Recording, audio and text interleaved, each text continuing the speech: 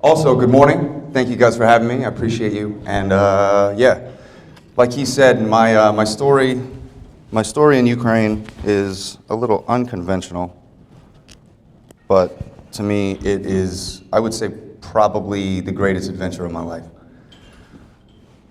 So my first question to you is, where were you February 24th of last year? Do you remember? I remember it like it was yesterday. One second.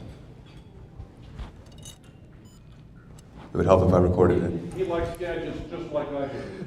You know, we gotta save this for posterity, you know? But no, so February 24th of last year, I was here in New Orleans. I wasn't living here at the time, but I was here filming a music video because, like this lovely gentleman said, I'm an entertainer. All right, that's the last fidgeting, I promise. But no, so last year, February 24th, I was here in New Orleans with two of my friends from Los Angeles filming a music video. During Mardi Gras, and you know, we all know Mardi Gras is crazy as it is. Add to that, filming the music video, and it was a lot of work. And even with that, we're working 12, 15-hour days, and all I could think about was Ukraine. Just running through my mind, just running and running. So we get done filming the music video, and I come home, and everything's quiet, and it's all I could think about. And side story, it's not gonna sound like it's relevant, but I promise it is. So I used to have a pet pigeon. His name was Larry the Bird. I raised him from a baby. He was abandoned by his parents, I guess, on my boat in Los Angeles, and I brought him from Los Angeles all the way out here to Louisiana, raised him as my child. Well, shortly before we came down here to film this music video, Larry the Bird was murdered by my pet ferret because my life is a cartoon. So I didn't have time to bury Larry before we left because he literally happened the day before we had to leave to go film. So I put his body in the freezer as respectfully as I could to do it when I got back. So I get back and I wanted to bury him in the traditional Cherokee fashion because I'm Cherokee on my mom's side, and it involves washing the body, putting it in white linens, and then fasting for a week. So that's what I did. I buried him because to me it really felt like losing a kid. I don't have a child. I can't say that it's the same, but it's the closest I've ever had.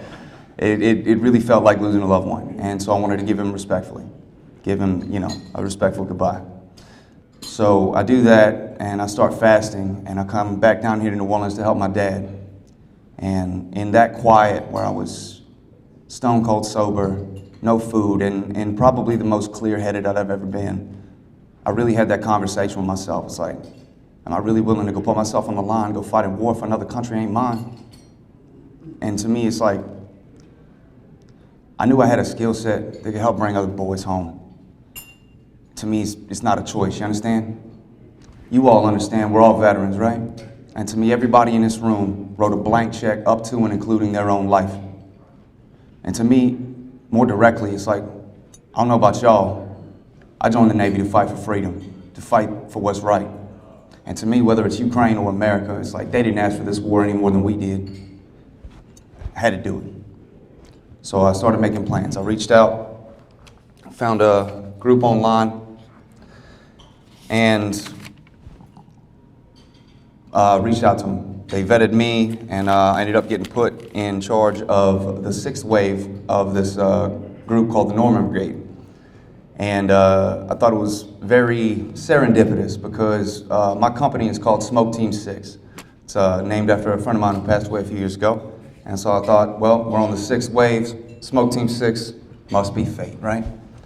So I organized my team. We planned a date to go. We start putting it all together. Well, just a couple weeks later, the Norman Brigade falls apart. Apparently, they weren't doing things by the book over there. Ukraine shut them down. So we decided we're going to join the Foreign Legion. So we set our departure date for May, put everything in place. Meet up in Poland on May 6th and cross the border on May 9th. And a friend of mine, Nick, who I worked with in 2019 in Kiev, like Grevy told you guys, he pointed out something. He said, you know, you came across the border on May 9th, 3 years to the day from when you came in 2019. Like I said, everything about this trip felt like fate. I can't explain it, but it was like the path was laid out and it was just the faith to follow it. You understand? So we get to the Legion, it was me and three other gentlemen. Our medic ended up staying there at processing. So we come across the border, get vetted, go through Legion processing, and we get sent out to our unit.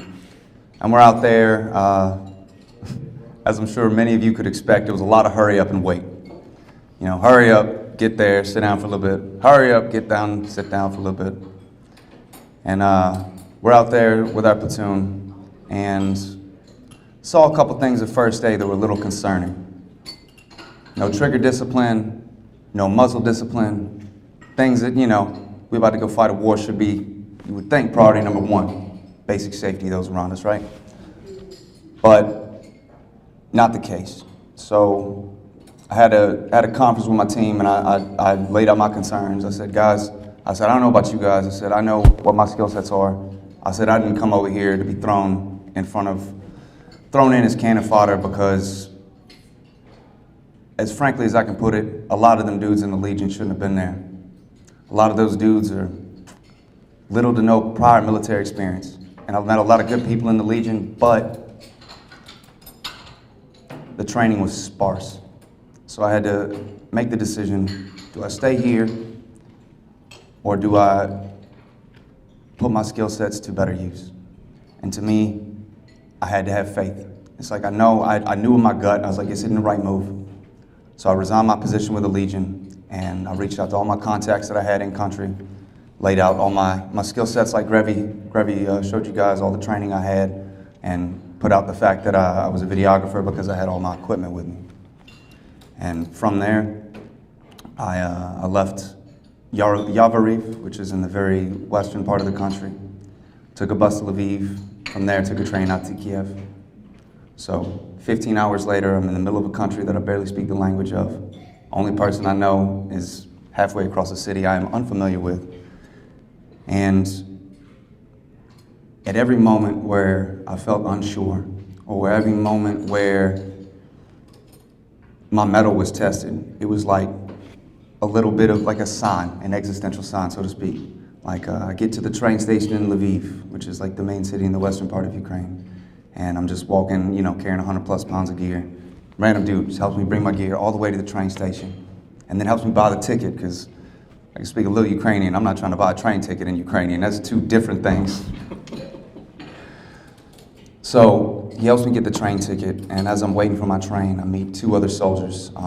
One who was with the Azov battalion, and another guy who was hoping to be in the Azov battalion. One spoke English.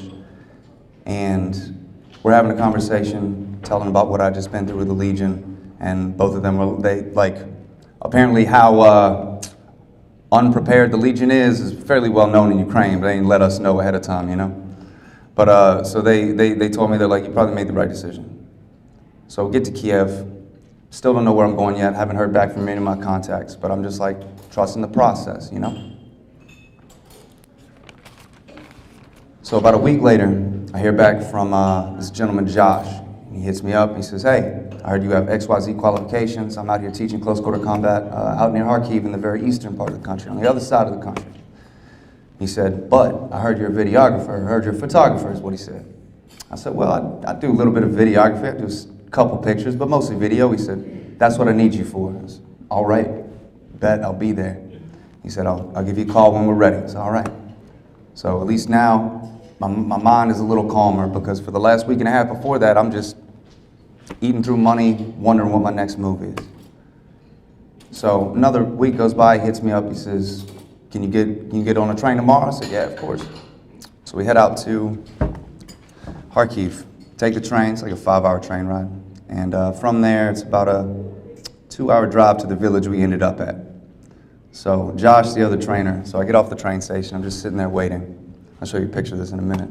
Josh pulls up in a 1973 Soviet Lada sedan, like the most cliche piece of shit Soviet car. And I was just like, oh, now we're in Ukraine. Now it's the real thing.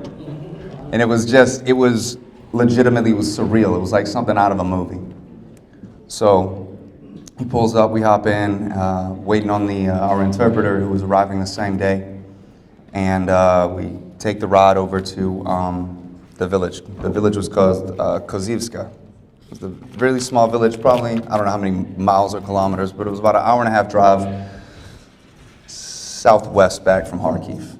And along the way, I think we probably hit 8 checkpoints, like all throughout the country, between every town, between every city, there's checkpoints everywhere. I obviously did not have a chance to video that because, like, I'm not trying to get arrested or, for filming their security. So we get there, and there we go. So we get there to Kozivska and meet the commander of the territorial defense unit that we were going to be training, that Josh had already been training for a couple of weeks. And then we go to the apartment we're going to be staying in. So we pull up, and it's a Soviet bloc era apartment. Like, just, it was crazy. It was amazing to be able to be so immersed in such an environment. And it's, from the jump, a lot of y'all know, especially if you're not from New Orleans, New Orleans is a weird place, but it feels like home, doesn't it? That's how Ukraine was for me. And it's like he said, like when I went in 2019, it's like I really fell in love. And when I went there this time, it's like, it's not just the place as amazing as it is, it's the people. Just like it is here. The best thing about New Orleans is the people. And it was the same in Ukraine, because I had guys, and I'll show you some of the videos so you can see what I'm talking about. We had guys who little to no prior military experience, and the things that they were able to learn and accomplish in less than a month was, I couldn't have taught sailors I worked with those kind of tactics in 30 days. And these guys were amazing. And so my first day of training, they were doing what's called glass house training. I don't know if you guys are familiar with it, but it's you set up like stakes and ropes to represent walls and corners and whatnot. So as you're running through all your techniques for building clearing stuff, you can see everyone, correct them as you go. Just gives you like an open area to train. So that's what we were doing the first week I was there. So we did glass house training, and then from there we moved on to going through. 1 second, I grab my water right there. We went through and found these old abandoned concrete houses in the middle of this field. So Ukraine is great, but it doesn't always make sense. So apparently back in the 80s, they built a lot of houses out of concrete because they had a bunch of them. But when the Soviet Union collapsed, they just stopped because, like, nobody's paying us, so we're just not going to do it. So they have all these, like, littered throughout the countryside are these concrete buildings, no roof, but all the walls, everything but the door frames and the roof is just concrete.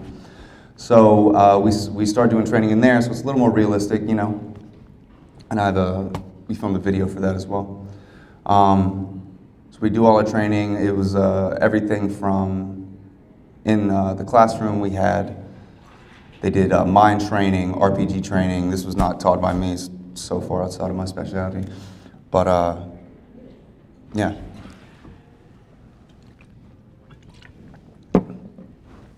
So I was there about 2 weeks to finish up the training. We graduated our first class.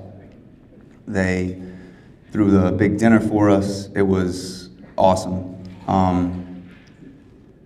Everyone there, like,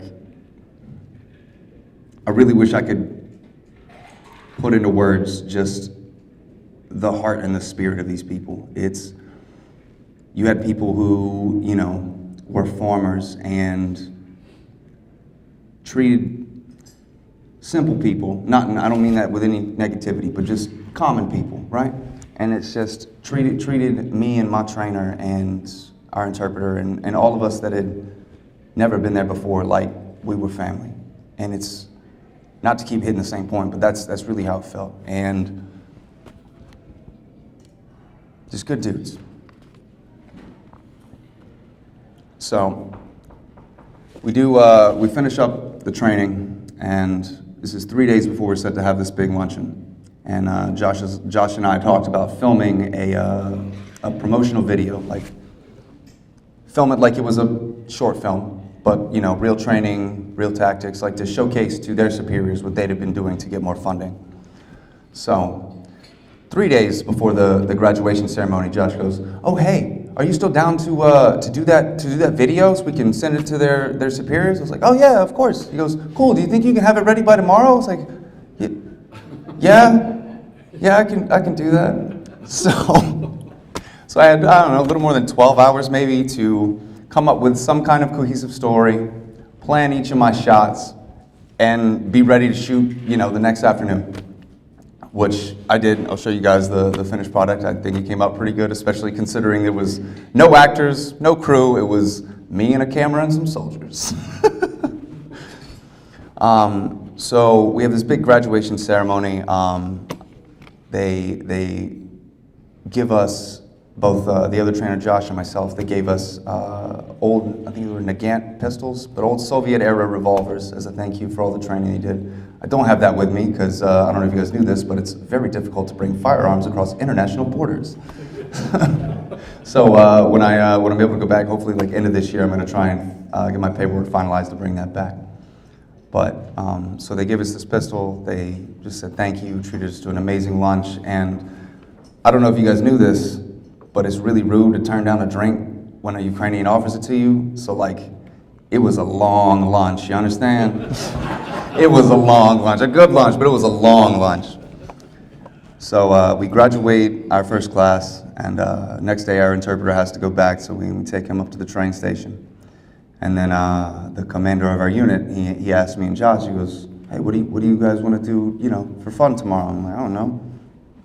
We're down for whatever. It's your village." You guys want to go horseback riding? Yeah, totally. Let's go ride some Ukrainian horses. So we went and rode Ukrainian horses, and then that very same day is when I found out my dad had gotten hurt. You all are familiar with that, and I had to come home. It was